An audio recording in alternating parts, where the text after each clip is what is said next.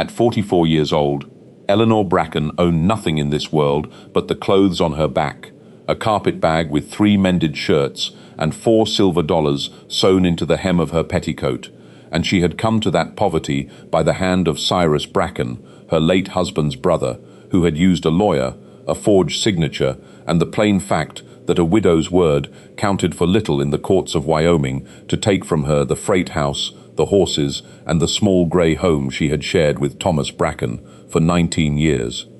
With those 4 silver dollars, she did the one foolish thing left to a woman with nothing to lose. She walked to the rail yard at the edge of Larkspur Junction and bid on the single item nobody else wanted: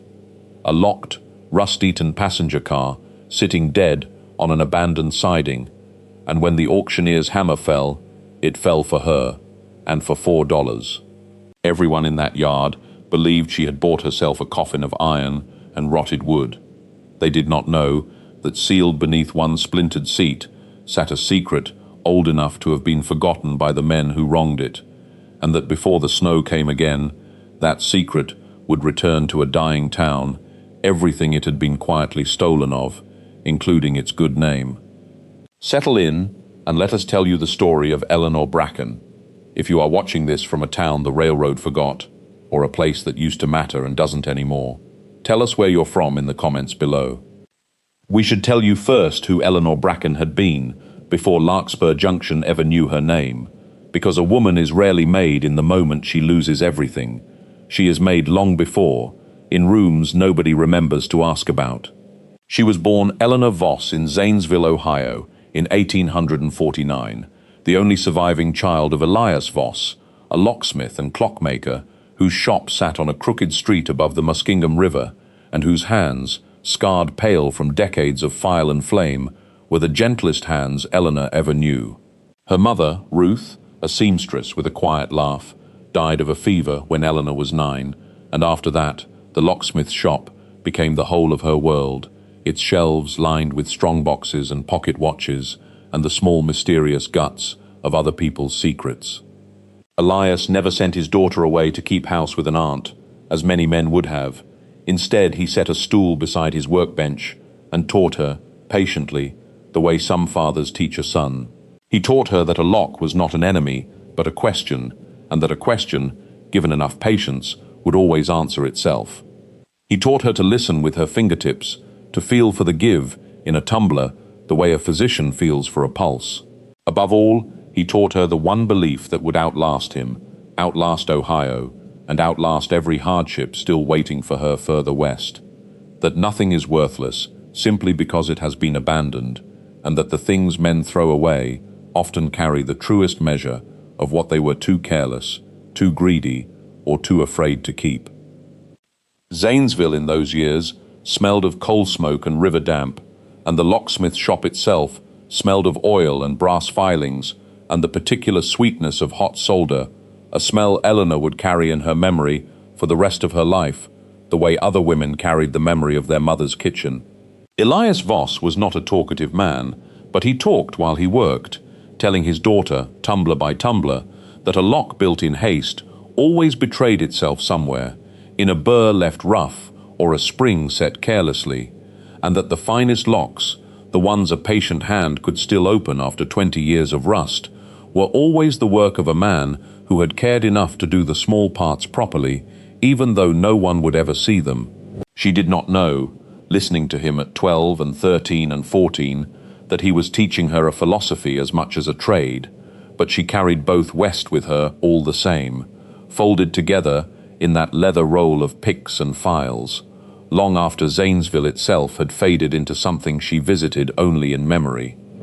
She was 17 when Thomas Bracken came through Zanesville buying wagon parts for a freighting outfit he and his brother Cyrus were building in the Wyoming Territory, and she was 20 when she married him and left her father's shop behind,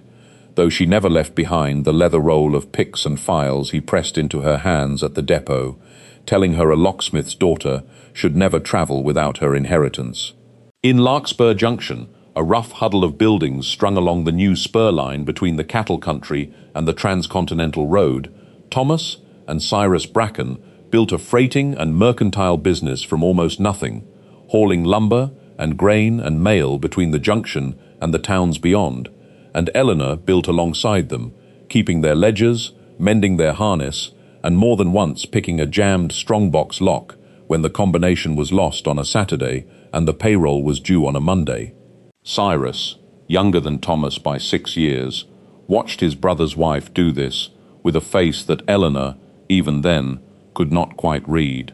She told herself it was admiration, though some nights she wondered if it was something closer to resentment, the particular resentment of a man who has never once been asked for help by anyone. Thomas, for his part, adored her plainly and without complication, and told her more than once that she had the patience their whole hurried country was forgetting how to have.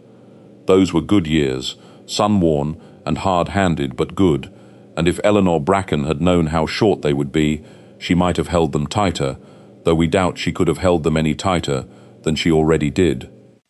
Thomas Bracken died in the spring of 1891, thrown from a freight wagon on the icy grade above Cinder Creek, and Eleanor buried him on a hillside within sight of the depot he had helped build, and grieved him the only way her father had ever taught her to grieve anything broken, which was slowly and with her hands busy. She did not know, standing at that grave, that the harder loss was still coming, wearing her brother-in-law's face. It took Cyrus Bracken less than a year to take the rest.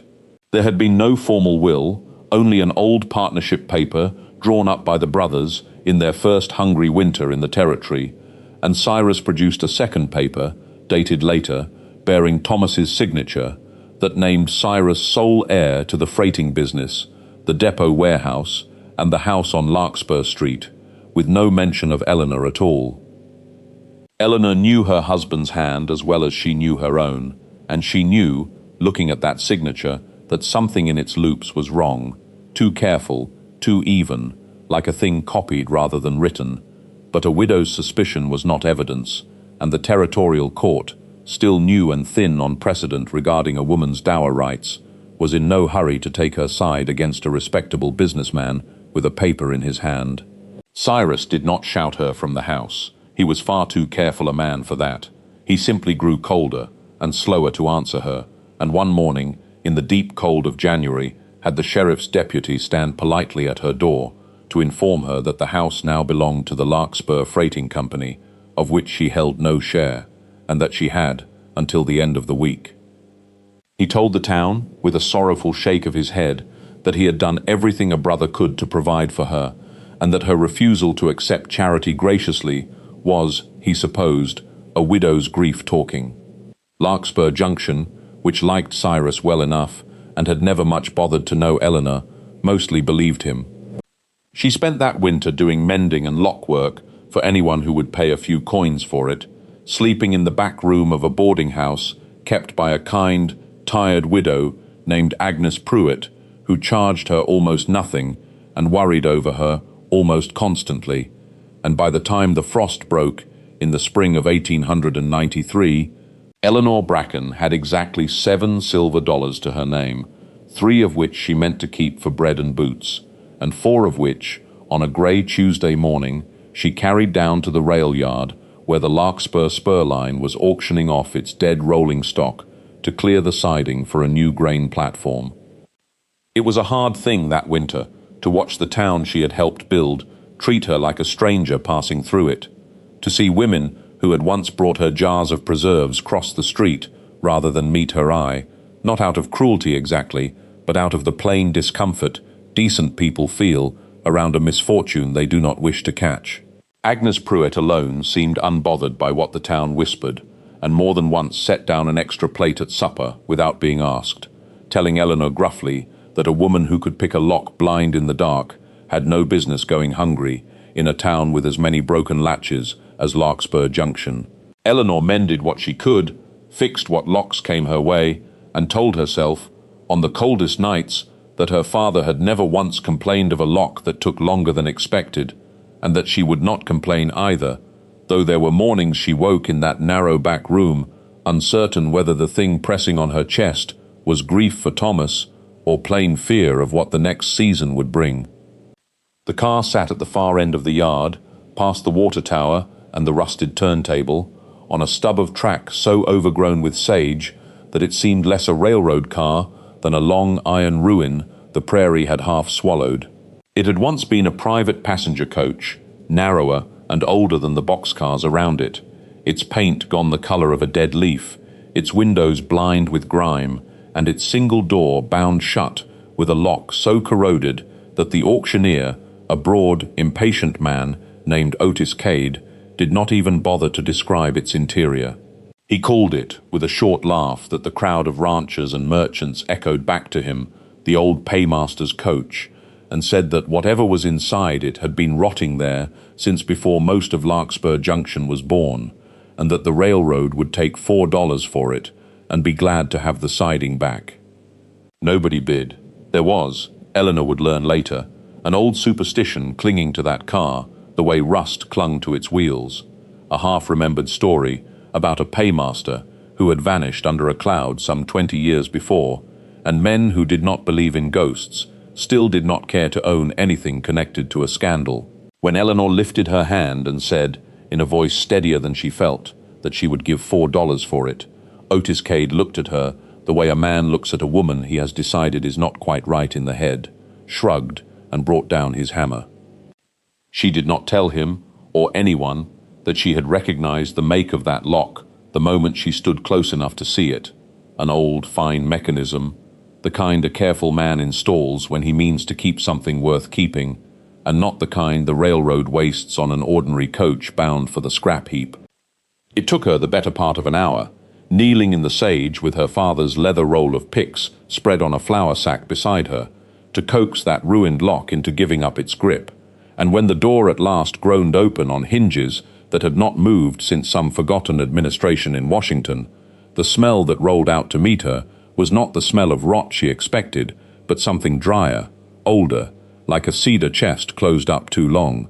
Dust hung gold in the shaft of afternoon light she let in, and Eleanor stood for a long moment on the weed-grown ballast, looking into a narrow coach fitted out not with the plain benches of a passenger car, but with a single built-in desk, a row of pigeon-holed shelves gone soft with age, and a bench seat along one wall, upholstered in a horsehair fabric gnawed thin by mice. It was, she understood slowly, less a passenger coach than a traveling office, the kind a railroad might once have built, for a man whose work required him to carry something valuable from camp to camp along the line. She ran her hand along the underside of that bench seat out of pure old habit, the same habit her father had given her of never trusting a plain surface to be only what it seemed, and her fingers found, tucked back against the wall where the light did not reach, a seam in the wood that did not belong to any honest carpenter's plan. It took her another quarter hour, with a thin file from her roll,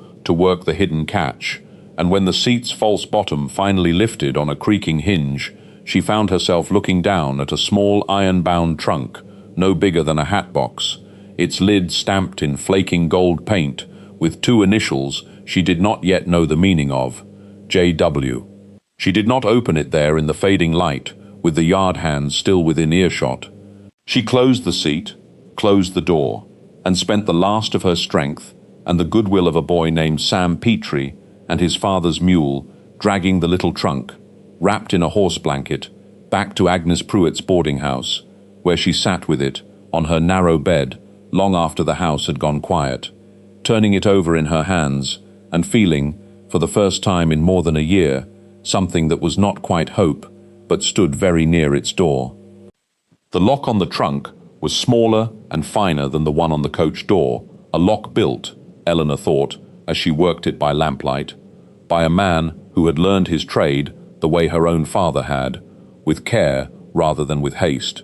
and it gave to her patient fingers just after the boarding house clock struck 11. Inside, wrapped in oilcloth gone brittle and yellow, she found three things that would occupy the whole of the coming month of her life: a canvas paybook, its pages filled with columns of names and figures in a small, exacting hand, a leather purse heavier than any purse she had held since her wedding year, weighted with old eagle coins that had not seen daylight since before the century's 8th decade, and a letter, folded in thirds and sealed with wax, that had long since cracked, addressed, in that same small hand, to no one at all, simply to whoever finds this honestly. We should say plainly, because we think you deserve to know it as she came to know it, that the letter was written by a man named Jasper Wren, and that Jasper Wren had once been the paymaster of the very spur line on whose dead siding his coach now sat rusting, and that the story he told in that letter, in a hand grown shakier toward its end, was the story of a debt that had never been paid, and of a man who had spent 20 years hiding the proof of it rather than let it disappear. The letter told her that in the summer of 1874, when the Larkspur Spur was still under construction, a crew of some 60 men, Chinese laborers, under a foreman named Lin Fu, Irish laborers newly arrived through New York, and a handful of freedmen working under a young blacksmith's helper named Isaiah Freeman, had labored through a brutal summer to lay track and raise a trestle over Cinder Creek, and that in September of that year the half-finished trestle had collapsed under a supply train, killing 4 men and injuring a dozen more, and that in the chaos and shame that followed, the railroad superintendent, a hard, ambitious man named Ezra Bracken, had declared that the season's remaining payroll, some $11,000 meant for the surviving crew, had been lost in a robbery during the confusion of the wreck. Jasper Wren's letter said, in words Eleanor read 3 times before she believed them, that there had been no robbery, that Ezra Bracken had ordered him to falsify the loss so the company could keep the money and avoid the cost of compensating the injured and the families of the dead, and that when Jasper Wren refused to sign the false report, Ezra Bracken had instead accused him of the theft himself, had him dismissed in disgrace, and let the whole of Larkspur Junction believe that its own paymaster had stolen from the men who built its road. Jasper Wren wrote that he had not been able to prove his innocence against a superintendent with the whole company behind him, and that rather than let the money vanish into Ezra Bracken's accounts, he had quietly kept it back during the confusion, hidden it in the false bottom of his own private car, and fled north under a changed name, meaning to return one day when the truth could be told safely. That day, his letter admitted with a plainness that Eleanor found harder to read than any accusation, had never come. He had grown old in hiding, first fearful, then simply tired, then ashamed of how long his fear had lasted, and the letter ended not with an excuse, but with an instruction, that whoever found this trunk should use what was in it to pay, at long last, the wages of Lin Fu's crew and Isaiah Freeman's crew and every Irish laborer whose name filled the paybook's careful columns, and to tell Larkspur Junction, if anyone there still cared to hear it, that its paymaster had never been a thief. Eleanor sat with that letter until the lamp burned low, and understood 2 things with equal and uncomfortable clarity. The first was that the debt Jasper Wren had carried for 20 years now sat, however unwillingly, in her own 2 hands. The second was that the superintendent, who had ruined an innocent man to save his company a little money, had been named Bracken, and that Ezra Bracken, dead now these dozen years, had been Cyrus and Thomas's own father, which meant the shame Jasper Wren had carried in secret was a shame that belonged, by blood, to the very family that had just finished taking everything Eleanor owned. In the days that followed, Eleanor did what her father would have called reading the whole lock before you touch the pick, which was to gather every fact around the one she already held before she trusted it enough to act. She walked to the small frame office of the Larkspur Sentinel and asked its editor, a sharp, unmarried woman named Miriam Ostrander, who had run the paper alone since her husband's death, and who had no particular love for the Bracken name, whether the paper's old files held any account of the Cinder Creek trestle collapse. And together they found, in yellowed columns from 1874, a brief notice of the accident, and, 3 weeks later, a shorter notice still of a paymaster dismissed for embezzlement, a Mr. J. Wren, whose whereabouts, the paper noted with the incurious cruelty of old news, were unknown. She walked to the edge of town, where a small laundry stood behind a vegetable garden, and there found Willie Lynn, a quiet man near 60 with his father's same careful hands, who told her, when she showed him the paybook's entry for Lin Fu, that his father had spoken of that summer only once before he died, and had said only that the company owed the men more than money, and that he had never once believed the paymaster was the thief the company called him. She walked to the forge at the south end of Larkspur Street, where Isaiah Freeman, grey-haired now and broad through the shoulders like his father before him, straightened from his anvil to look at his own father's name in that paybook's column, and said nothing at all for a long moment, only nodded, the way a man nods when a thing he has always known is finally written down where someone else can see it too. And she learned, last of all, from Agnes Pruitt, who remembered everything about everyone in Larkspur Junction, that an old man calling himself Jasper Wynne had lived for years in a cabin near the Lynn family's old claim north of town, doing odd carpentry, keeping to himself, and had been taken in, when his hands grew too unsteady for work, by the very Lynn family whose father's wages he had once tried to save, and that he was, as far as anyone in town knew, still alive. It was Cyrus Bracken who found out what she was doing before she was ready for him to, because Larkspur Junction was a small town, and a locksmith with an old railroad trunk does not stay quiet news for long, and because Miriam Ostrander, perhaps not entirely by accident, printed a small item in the Sentinel asking whether any old-timers remembered the Cinder Creek payroll of 1874. Cyrus came to Agnes Pruitt's boarding house himself, freshly shaved and civil in the way that had always frightened Eleanor more than shouting would have, and told her plainly that whatever she believed she had found belonged, as a matter of law, to the Larkspur Freighting and Rail Company, successor in interest to his father's old contracts, and that a woman with no standing and no proof of ownership beyond a $4 auction receipt would do well to hand the trunk over quietly before she embarrassed herself, and perhaps him, in a courtroom neither of them could afford. He did not raise his voice. He did not need to. He reminded her, gently, almost kindly, that he had already shown the town what happened to a widow who fought him, and that he had no wish to be unkind to her twice, though his eyes, Eleanor thought, said something considerably less gentle than his mouth. He was not wrong that the law stood on uncertain ground beneath her feet, and in the days that followed he set about making certain of it, filing a claim of company ownership over the coach and its contents with the county recorder, persuading Sheriff Hollis Dunmore, an easy, unhurried man who owed Cyrus a long-standing debt of his own, to hold the paybook and purse in the jailhouse safe pending a ruling, and letting it be known, through the particular quiet channels a respectable man uses instead of gossip, that the widow Bracken had apparently taken to inventing family scandals to excuse a theft of her own. Some in town believed him, because believing him cost them nothing, and disbelieving him risked the ill will of a man who controlled half the freight moving through the junction. A grain merchant who had once sold Eleanor flour on credit began asking her to pay in advance.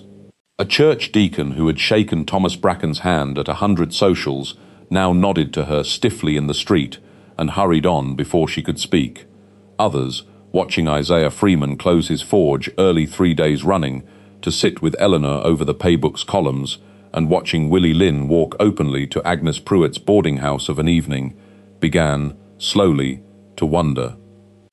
Eleanor herself was summoned once to the freight office to speak with Cyrus alone, and found him seated behind the very desk that had once been Thomas's, a ledger open before him as though he meant to make the conversation look like ordinary business. He told her, not unkindly, that he understood grief could make a woman see conspiracies in old paper and old rust, and that he would be willing, out of family feeling, to let the matter drop quietly if she returned the trunk's contents to the company's keeping and said no more of paymasters or superintendents to anyone in town. It was, she realized, listening to him, the closest thing to fear she had ever heard in Cyrus Bracken's voice, dressed up so carefully as generosity that a less patient woman might have mistaken it for mercy.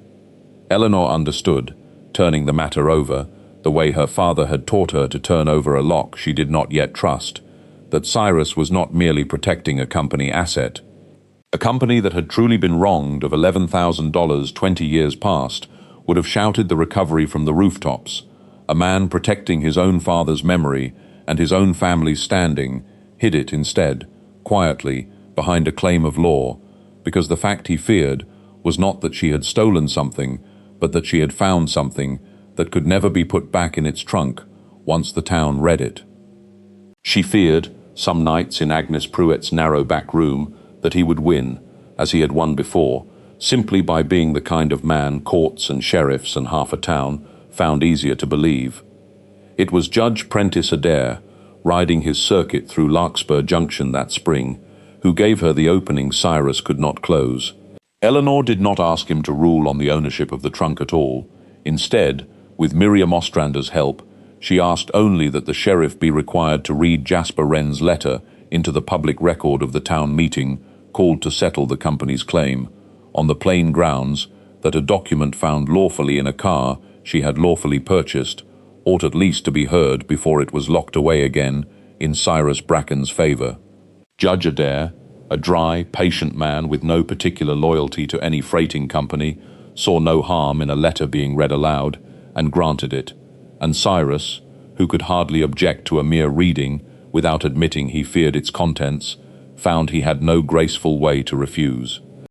The meeting was held in the schoolhouse on a warm evening in June, with more of Larkspur Junction crowded onto its benches than had come to any town meeting in Eleanor's memory, lamplight thick with moths against the windows, and the smell of chalk dust and warm wood filling a room built to hold half so many people. Eleanor sat near the front, between Agnes Pruitt and Isaiah Freeman, the little iron-bound trunk resting closed on the table before Judge Adair, and it was Miriam Ostrander, at Eleanor's quiet request, who read Jasper Wren's letter aloud from the schoolhouse platform in a clear, carrying voice, so that every soul in that room heard, in the paymaster's own words, how Ezra Bracken had ordered a lie to save his company money, and how an honest man had been made a thief rather than let the truth cost the railroad a season's wages.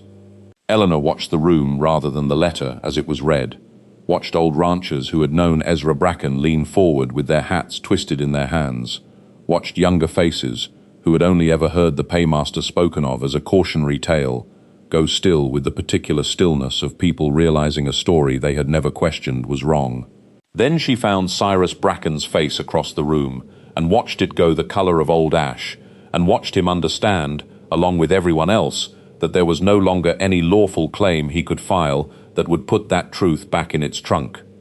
What happened next was not, Eleanor was always careful to say afterward, her doing alone. It was Isaiah Freeman who stood first, saying quietly that his father had died believing the company owed him more than it ever paid, and that he would like, if the court permitted it, to see the paybook's figures finally settled. It was Willie Lynn who stood after him and asked, more simply still, whether the man the town had called a thief for 20 years might finally be allowed to hear himself called something else. And it was old Jasper Wren himself, brought to the schoolhouse that evening in the Lindsay's wagon, his hands trembling now with age rather than fear, who rose slowly from the back bench when Judge Adair called his name, and said, in a voice thinned by years but no longer hiding from anyone, that he had told the truth in that letter, every word of it, and that he had carried the weight of that summer for 20 years because he had been too afraid, for too long, to set it down.